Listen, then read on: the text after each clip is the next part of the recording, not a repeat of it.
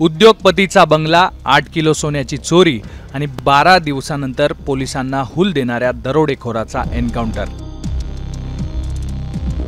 प्रसिद्ध उद्योगपतीच्या घरातून तब्बल 8 किलो सोनं आणि 40 किलो चांदी चोरणं दरोडेखोरांच्या टोळीला चांगलंच महागात पडलंय। संभाजीनगर पोलिसांनी घटनेच्या तब्बल 12 दिवसानंतरच टोळीतील मुख्य आरोपीचा थेट एन्काउंटर केल्याची माहिती समोर आली आहे।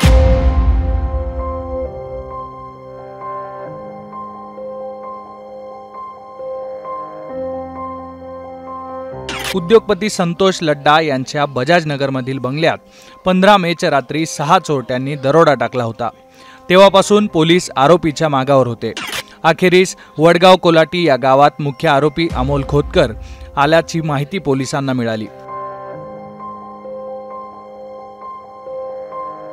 पोलिसांनी त्याला घेराव घातला, परंतु आरोपीने 4 चाकी वाहन पोलिसांच्या अंगावर घालत पळून जाण्याचा प्रयत्न केला। यावेळी आरोपीने फायरिंगही केली। त्यावेळी पोलिसांनी उत्तरात केलेल्या गोळीबारामध्ये दरोडेखोर अमोल खोतकर ठार झाला।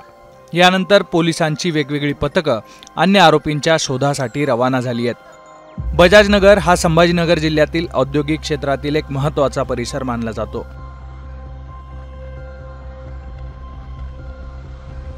कारण लगतच्या वाळूज MIDC परिसरात अनेक जगप्रसिद्ध मल्टीनॅशनल कंपन्या आहेत आणि त्या कंपन्यांशी संबंधित अनेक लोक त्या भागात राहतात। याच भागात 6 आरोपींनी प्रसिद्ध उद्योगपतीच्या घरातून कोट्यवधींचा ऐवज लंपास केला होता।